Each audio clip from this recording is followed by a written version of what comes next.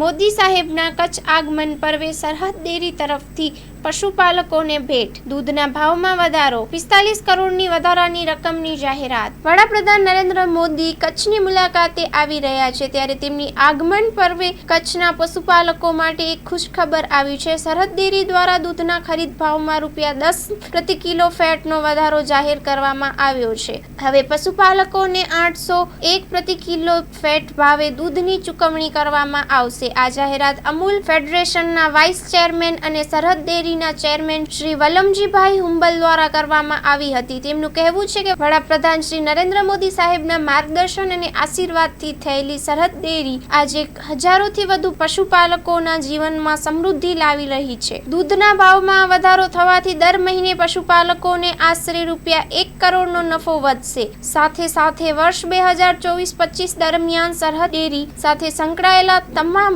દૂધ મંડળીઓને દૂધની ખરીદીની રકમ પર કુલ ₹45 કરોડનું અંતિમ ચૂકવણી રૂપે વિશેષ લાભ આપવાની પણ જાહેરાત કરવામાં આવી છે.